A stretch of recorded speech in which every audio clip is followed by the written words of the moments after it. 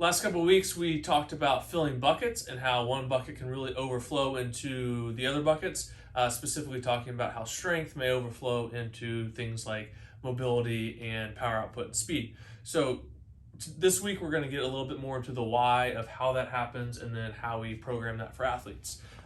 We refer to that as a strength speed continuum.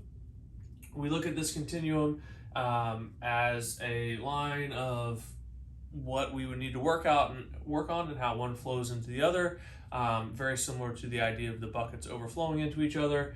And as we discussed last week, the max strength would be the one that's most important and overflows into strength, speed, speed, strength, and just overall speed.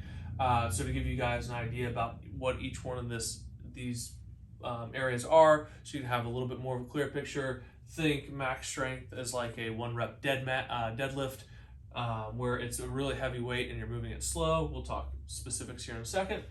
Think about strength speed as like a power clean. You have weight on the bar, but it does require some speed to actually complete the lift.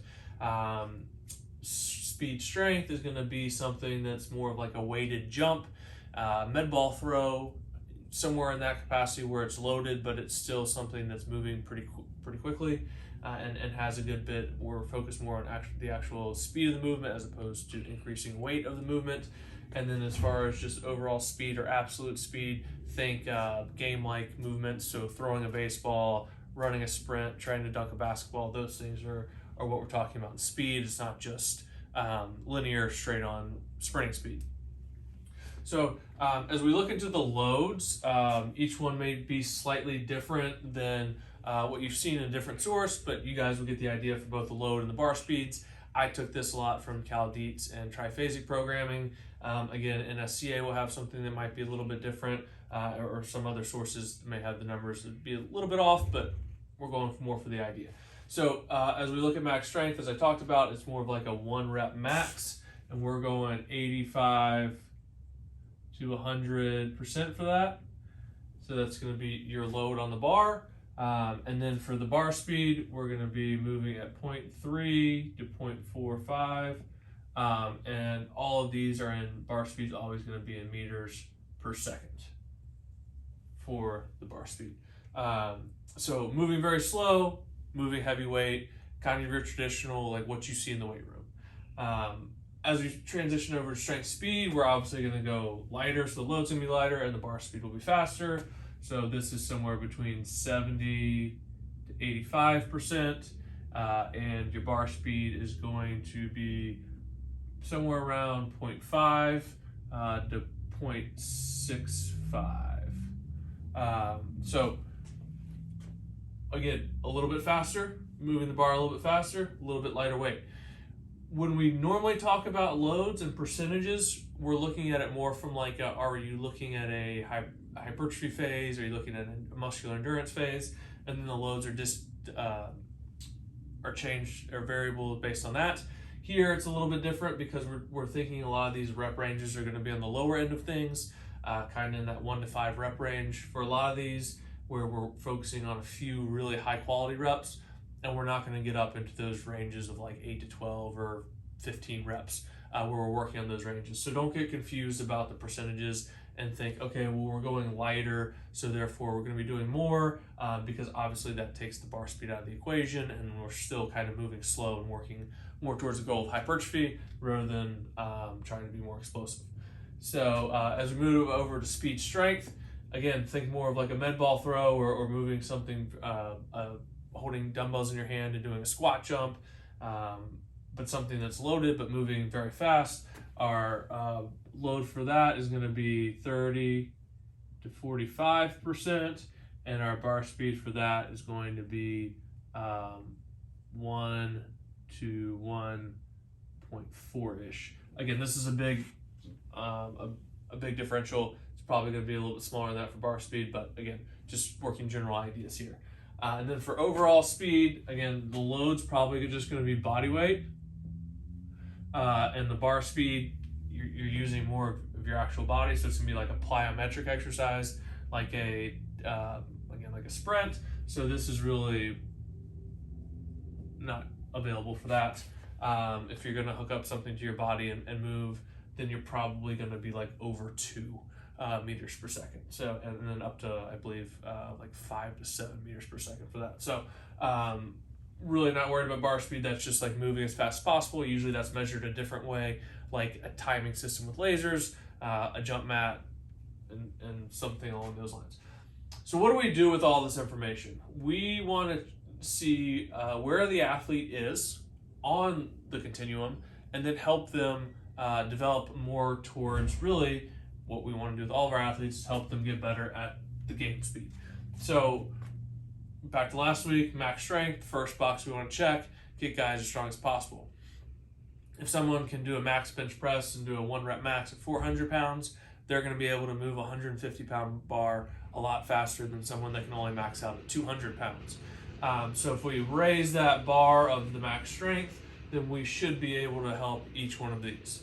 Obviously, there are some diminishing returns once we get to a certain area of that. So while we train, we include all these aspects of the continuum in a training program. We don't really start to focus on which one is the limiting factor until they have about 2 years of training under their belt. At that point, they should have a really good base layer of max strength and just be well-rounded enough to start needing to get into a little bit more of the nuts and bolts of what's going on and where their weakness is.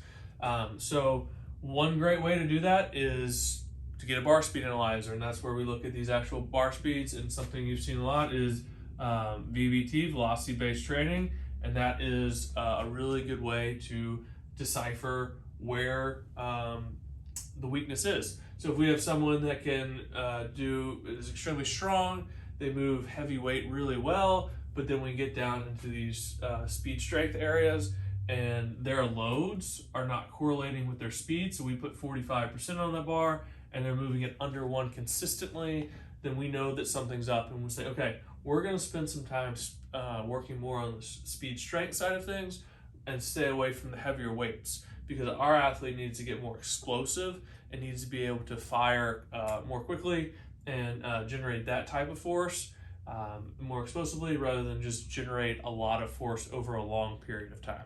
We need that quick reaction.